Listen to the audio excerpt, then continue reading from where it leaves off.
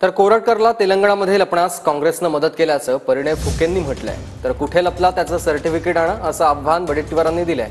त्यावर कोरटकरचा मोबाईल सापडलाय, काँग्रेसचा नेता समोर येईल असं फुके म्हणाले।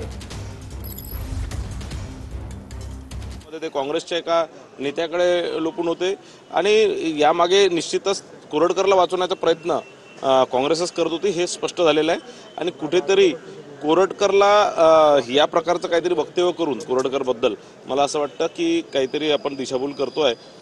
या कोरटकरवरती कडक से कडक कारवाई होणार आणि हे मला असं वाटतं की या प्रकारचं काहीतरी बोलून अमोल मिटकरी काहीतरी दिशाभूल करतात। त्याचा सर्टिफिकेट घेऊन यावं जर परिणय फुकेकडे असतील तर।